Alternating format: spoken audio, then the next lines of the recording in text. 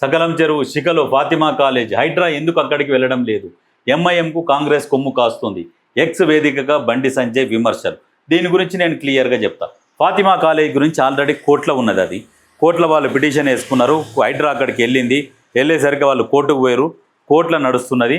ఖచ్చితంగా అది బఫర్ జోన్లో ఉంటే ఖచ్చితంగా కోర్టు ఆదేశాల మేరకు కూల్చడం మాత్రం 100% నిజం. ఇక్కడ ఈ డైలాగ్ ఒకటి ఉంది చూడు, ఎంఐఎంకు కాంగ్రెస్ కొమ్ము కాస్తుంది అనేది. ఈ డైలాగ్కు నేను క్లియర్గా వివరణ ఇస్తా. వీళ్ళు ఎక్కడ చూసినా హైదరాబాద్లో పుట్టిన పార్టీ బీహార్లో అన్ని సీట్లలో పోటీ చేస్తుంది, యూపీలో అన్ని సీట్లలో పోటీ చేస్తుంది, మహారాష్ట్ర అన్ని సీట్లలో పోటీ చేస్తుంది. ఎందుకు పోటీ చేస్తుంది అక్కడ అన్ని సీట్లలో అంటే దానికి పెట్టుబడి వీళ్ళు పెడతారు వాళ్ళకు. ఎందుకంటే విభజించి పాలించాలి, కొట్లాటలు పెట్టాలి. వీళ్ళు ఏం చేస్తారు, వీళ్ళు ఎంఐఎం తిడతారు, ఎంఐఎంలు వీళ్ళని తిడతారు. ముస్లిమ్స్ ఓట్లు మొత్తం చీల్చాలి. చీల్చినాక వీళ్ళ హిందువుల ఓట్లు వీళ్ళు వేయించుకుందామని వీళ్ళు వేయించుకుంటారు. ఫైనల్గా ఏంటంటే పైన వాళ్ళు ఒకటే. ఎవరు? MIM and BJP. మరి ఎంఐఎం మీద ఒక్కసారి ఐటీ దాడులు ఉండవు, సిబిఐ ఉండదు, ఏది ఉండదు వాళ్ళ మీద. కోట్లు సంపాదిస్తారు, 1000 కోట్లు ఎంఐఎం వాళ్ళు. కానీ వాళ్ళ మీద ఎలాంటి దాడులు ఉండవు, రైడ్స్ ఉండవు, ఏముండవు. ఇదంతా ఏంటంటే రాజకీయంగా వీళ్ళు లబ్ధి పొందడం కోసం ఎంఐఎంను పెట్టుకొని వీళ్ళు ఆడుతున్న నాటకం ఇది. ప్రజలు అది గుర్తిస్తలేరు. ముందుగా గుర్తించాల్సింది ఎవరంటే ముస్లిం సోదరులు గుర్తించాలి. ఎంఐఎం బీజేపీ రెండు ఒకటేరా నాయనా. పోయి బీహార్లో పోయి చూడుర్రి ఎన్ని నియోజకవర్గాలలో పోటీ చేసింది, యూపీలో పోయి పోటీ చేసింది ఎన్ని నియోజకవర్గాలలో, మహారాష్ట్రలో ఎన్ని నియోజకవర్గాలలో పోటీ చేసింది.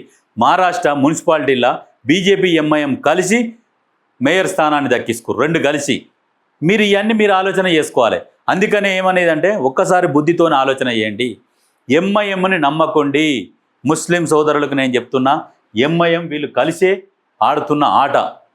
ఈ ఆటలో వీళ్ళు సక్సెస్ అయ్యారు, ప్రజలు ఓడిపోతున్నారు. నా నోరు మూయించాలంటే నన్ను చంపాలి, మమ్మల్ని భయపెట్టేందుకు బీజేపీ ప్రయత్నిస్తుంది. బీజేపీలో చేరిన టీఎంసీ నేతలకు శుభాకాంక్షలు. ప్రకంపనలు సృష్టిస్తున్న మమతా బెనర్జీ వ్యాఖ్యలు. బీజేపీలో చేరిన టీఎంసీ నేతలకు శుభాకాంక్షలు తెలుపుతుంది. అయితే ఈ టీఎంసీలో ఉన్నోళ్ళు పోయి బీజేపీలో చేరిరు. ఎందుకు చేరిరు? భయపెట్టి లాక్కున్నారు దాంట్లకు వాళ్ళని. మరి ఎంఐఎంని భయపెడతారా? భయపెట్టరు. ఎంఐఎంని ఫ్రీగా వదిలేస్తారు. ఎంఐఎం ఉండాలి. ఎంఐఎం ఉంటేనే బీజేపీ ఉంటుంది.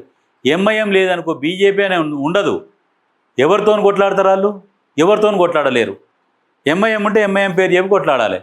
పైన పోయి వీళ్ళు లండన్లో, అమెరికాలో వాళ్ళు కలుసుకుంటారు. నాయకులు మంచి హోటళ్ళలో దిగుతారు, మంచిగా మాట్లాడుకుంటారు, కలుసుకుంటారు. ఒకళ్ళు ముందు పోతారు, ఒకళ్ళు తర్వాత పోతారు, మంచిగా ప్రశాంతంగా మాట్లాడుకొని వస్తారు. దుబాయ్లో కానీ అక్కడక్కడ బయట దేశాలలో.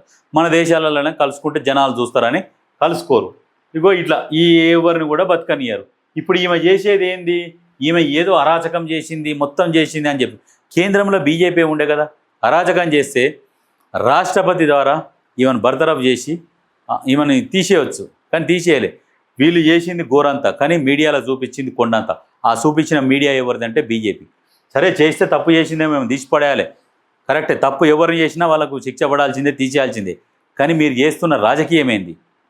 దాని మీద కూడా ప్రజలు ఆలోచన చేయాలి.